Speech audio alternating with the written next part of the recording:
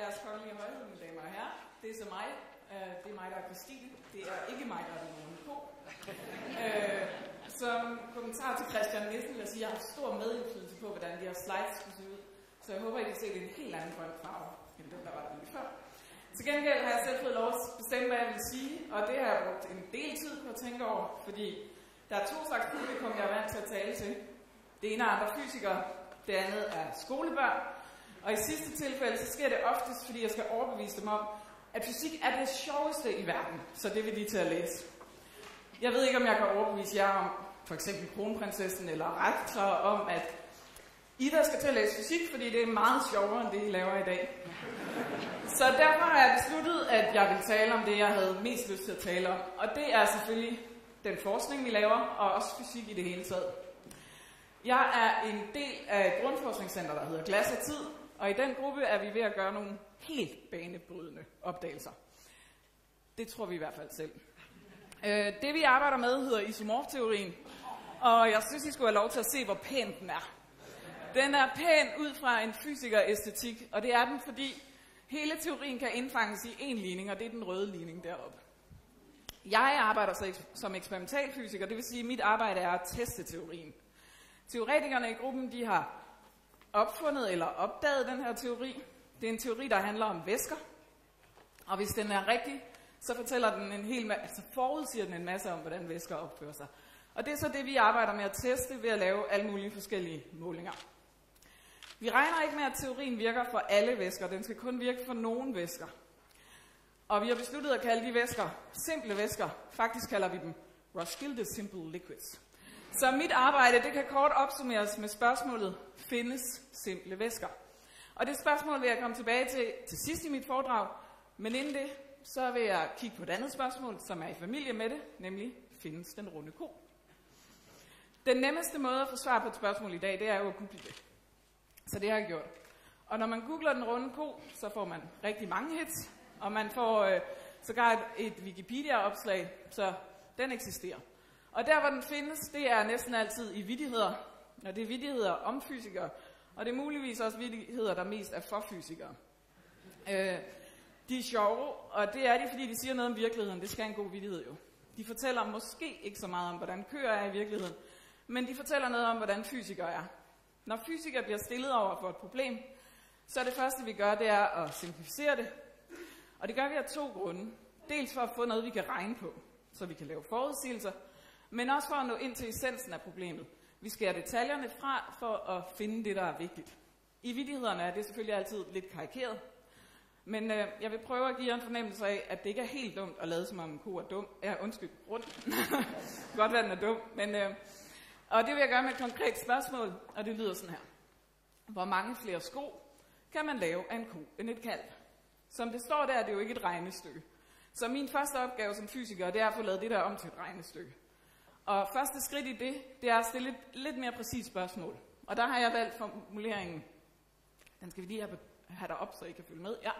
Hvor mange gange større overfladeareal har en ko end en kalv? Og nu er det faktisk næsten et regnestykke.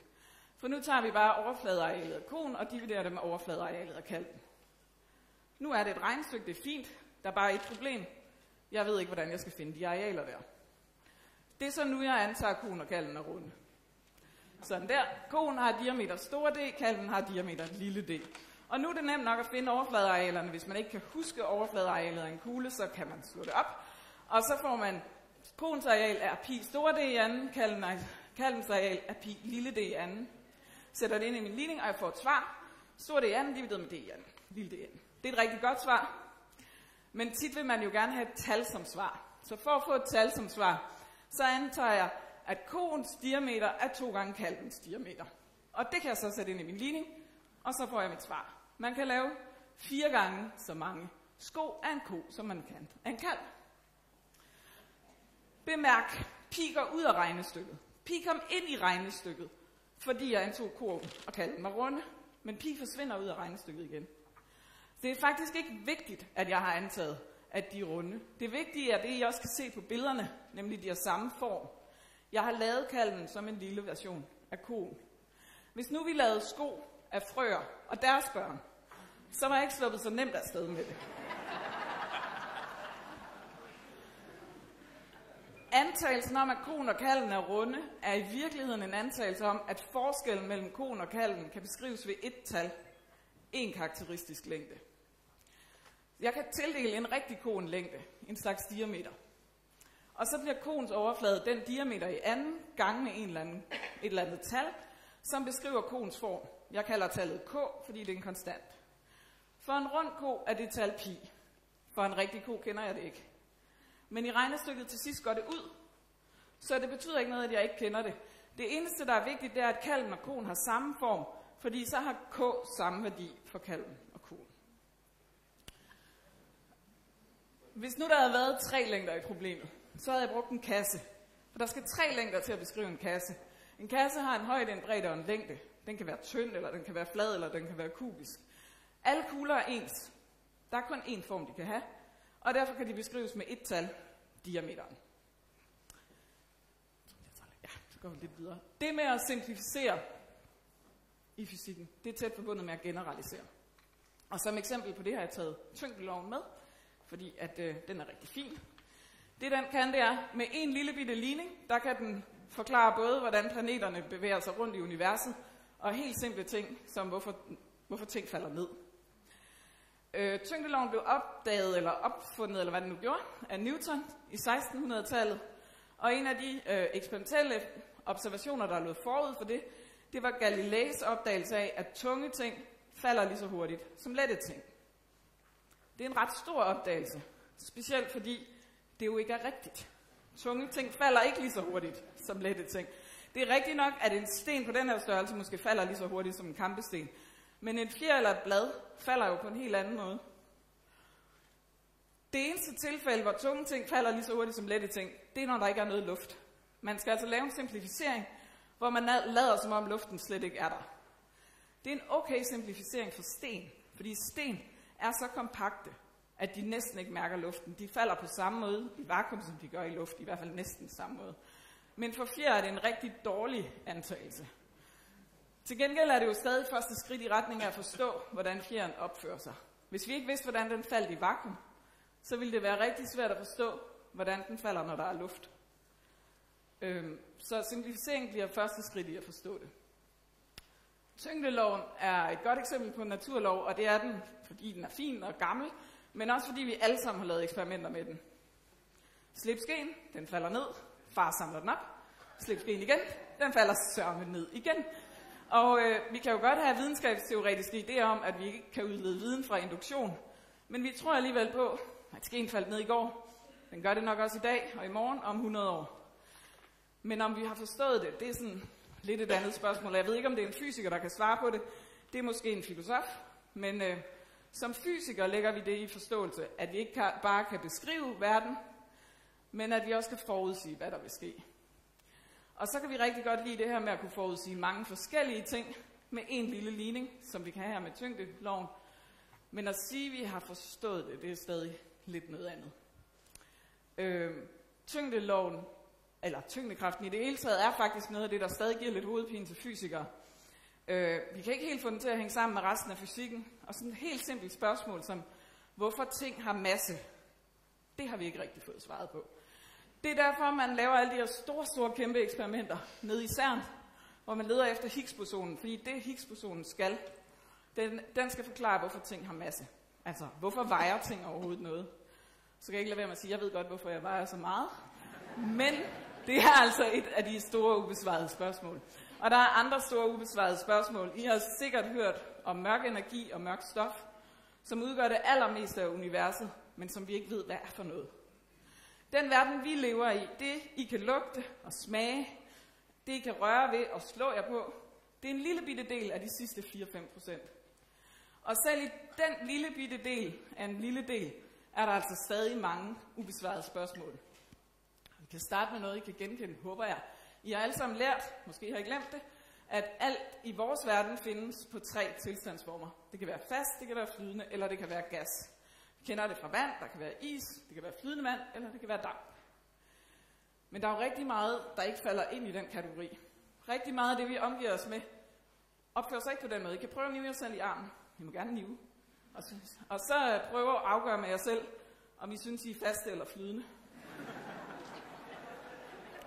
Hvis det nu var en skoleklasse, så ville jeg prøve at afgøre det ved håndsoprækning, men nu vil jeg bare nøjes med at spørge rektor, hvad synes du, er den fast eller flydende i? Lidt begge dele, ja, men det er nok meget klogt svaret. I hvert fald er der ikke...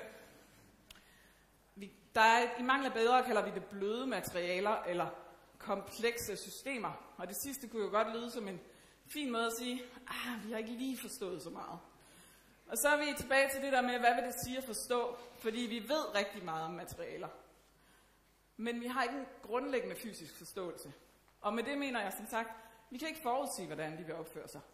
Vi ved ikke, hvordan en bestemt mikroskopisk struktur fører til nogle bestemte makroskopiske egenskaber. Vi ved heller ikke, hvordan en bestemt processering, f.eks. i industrien, fører til bestemte egenskaber.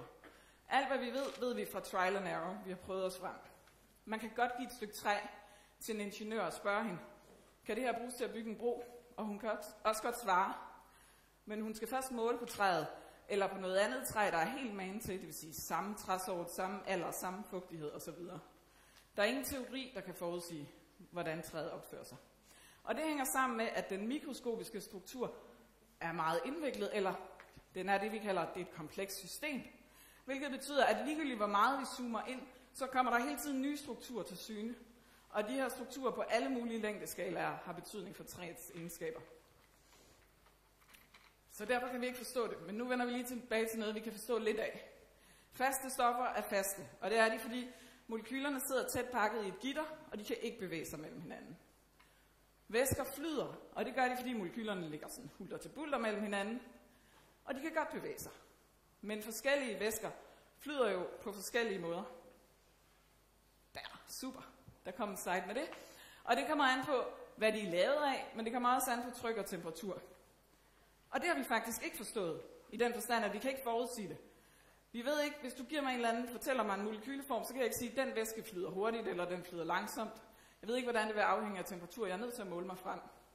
Selvom væsker jo er 100 gange mere simple end et stykke træ eller jeres hud. Så på en måde kan man sige, at det her med at forstå væskers flydeegenskaber, måske er det enkleste, eller i hvert fald et af de enkleste spørgsmål, som fysikerne ikke har fået svaret på. Men det er jo heller ikke sådan helt oplagt, at der er et svar. Fordi væskerne er jo lavet af forskellige ting, og det er ikke sikkert, at der er en teori, der kan forklare, hvordan alle væsker opfører sig. Men isomorfteorien, og nu er jeg ved at være tilbage, hvor jeg startede, som er udviklet her på RUC, den er et bud på i hvert fald en grundteori for væsker. Og jeg vil bruge de sidste par minutter på at forklare, hvordan den virker. Jeg starter med en væske, og det vil sige nogle molekyler, der ligger hulter til bulter. Og så antager jeg selvfølgelig, at de er runde, ligesom med ko. Det er altid en god start. Så sagde jeg i starten, at runde ting kan beskrives ved én størrelse, diameteren, fordi alle runde ting er ens. Og det er også rigtigt, men nu har jeg en samling af runde ting, så nu skal jeg bruge 2 størrelser. Både diameteren, men også den gennemsnitlige afstand imellem dem. Det vi gør i isomorfteorien, det er så, at vi siger, diameteren er lige meget. Den fjerner vi igen. Nu har vi kun én længde. Det er lige meget, hvor store molekylerne er, eller mere abstrakt. Vi siger faktisk, at molekylerne har slet ikke rigtig en størrelse. Den eneste længde i problemet, der er vigtig, det er afstanden mellem molekylerne. Og ud fra den antagelse får vi den ligning, jeg startede med at vise jer, den røde ligning. Og det er så vores udgangspunkt. I den ligning kan man faktisk ikke se, at molekylerne er runde, så det behøver vi ikke antage længere. Nu har vi bare den ligning der, og det er så vores udgangspunkt. Vi antager, at den gælder, og så kommer der en masse forudsigelser. Og hvis der findes væsker, der opfylder de her forudsigelser, så er det så, vi kalder dem simple væsker.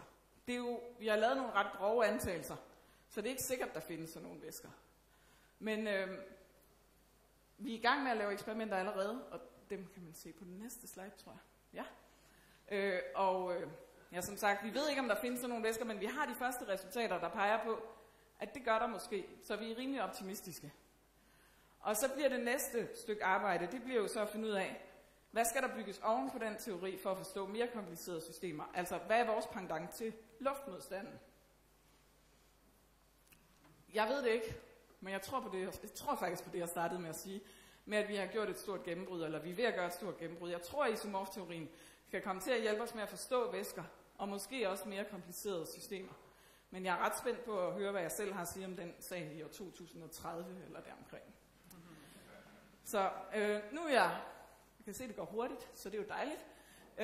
Nået til slutningen, hvor jeg bare egentlig vil gentage det, jeg har sagt hele tiden. Fysikere simplificerer verden, og det gør vi af 2 grunde. Dels for at kunne udtrække essensen af problemet, for at kunne se, hvad handler det egentlig om. Men også for at kunne få noget, vi kan regne på, så vi kan lave forudsigelser. Fordi det er ligesom det, der er vores kendemærke. Nogle gange er den her simplificering, ligesom med koen, der den runde ko er faktisk nok til at beskrive hele problemet. Andre gange er simplificeringen, ligesom at sige, at tunge ting falder lige så hurtigt som lette ting. Det er en start i en forståelse af noget mere kompliceret. Jeg snakkede med min frisør sidste uge om det her foredrag og fortalte hende titlen, og så sagde hun, Christine, det er meget godt, du regner og måler og gør alt det, der du gør. Men her kan du bare have spurgt din frisør, en ko er ikke rund. Okay. Og det har hun selvfølgelig ret i. En ko er ikke rund, men jeg håber, jeg har kunne give en fornemmelse af, at nogle gange er det smart at lade som om. Og så vil jeg bare lige takke nogle folk, der har hjulpet mig med at lave de her slides. Jeg vil lige nævne Anders Rømer Gylling, som har lavet de fine tegninger, blandt andet af den runde ko. Og så vil jeg selvfølgelig takke jer for jeres opmærksomhed.